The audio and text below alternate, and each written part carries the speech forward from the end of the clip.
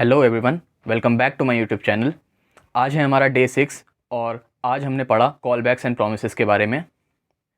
पहले थोड़ा सा कल का डिस्कस कर लेते हैं। कल हमने पढ़ा था ऑब्जेक्ट ओरिएंटेड प्रोग्रामिंग के बारे में, उसमें इनकैप्सुलेशन, इनहेरिटेंस और कंस्ट्रक्टर्स इन जावास्क्रिप्ट के बारे में ज़्यादा पढ़ा था, उस पर ज़्यादा फोकस किया था थोड़ा सा। तो उन्हीं कॉन्सेप्ट्स को बार बार यूज़ करते रहना है, इसलिए उन्हें एक बार फिर से रिवाइज़ करा।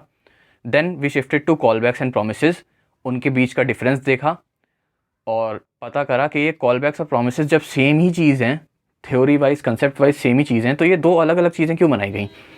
तो तब पता लगा कि कॉल बैक्स पहले एग्जिस्ट करते थे। अगर पहले का कोई कोड देखेंगे तब उसमें ज़्यादातर कॉल बैक्स दिखेंगे, क्योंकि पहले प्रोमिसेस का कंसेप्ट नहीं था। कॉल बैक्स में एक बड़ी प्रॉब्लम ये होती है कि we get stuck in callback हेल्स।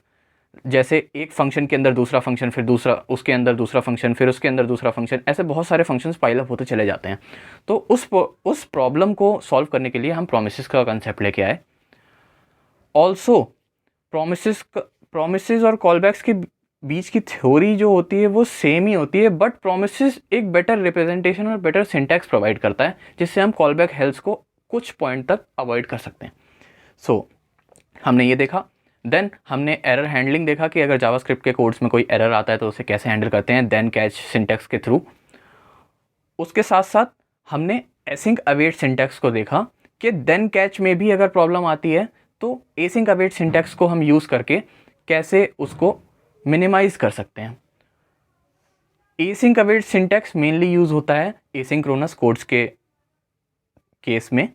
Async codes हमारे दो टाइप के होते हैं, ये भी हमने देखा, एसिंक्रोनस और सिंक्रोनस। सिंक्रोनस कोड्स वो होते हैं जो एक कोड की लाइन पहले एग्जीक्यूट होगी, उसके बाद एग्जीक्यूट होगी जब पहले वाली कंप्लीट हो जाएगी। तो ये देखा हमने। देन ये कॉल बैक्स एंड प्रोमिसेस को कंप्लीट करने के बाद we shifted on to some HTTP basics and fetch API basics कि किसी भी एक्सटर्नल सोर्स पे अगर कोई इन्फॉर्मेशन लिस्टेड है तो उस सोर्स से उस इन्फॉर्मेशन को कैसे लेके आएंगे जावास्क्रिप्ट में। तो इसमें जावास्क्रिप्ट के पास एक मेथड होता है फेच API नाम का, तो हम उस मेथड के हेल्प से अपने कोड में कोई और जगह की इन्फॉर्मेशन लेके आ सकते हैं। ठीक है, ये हमने देखा। एंड कुछ HTTP बेसिक्स देखे, जैसे पोस्ट गेट HTTP मेथड्स होते हैं, post get and update delete, इन सब के मेथड्स होते हैं HTTP में। और HTTP सर्वर्स के बारे में देखा। सर्वर 200 जैसे रिजल्ट करता है, रिस्पॉन्स ओके। अगर हमें कोई भी मेथड सक्सेसफुली चलाना है तो हमें इन रिस्पॉन्स सर्वर 200 सीरीज़ का कोड रिस्पॉन्स में लेना होगा।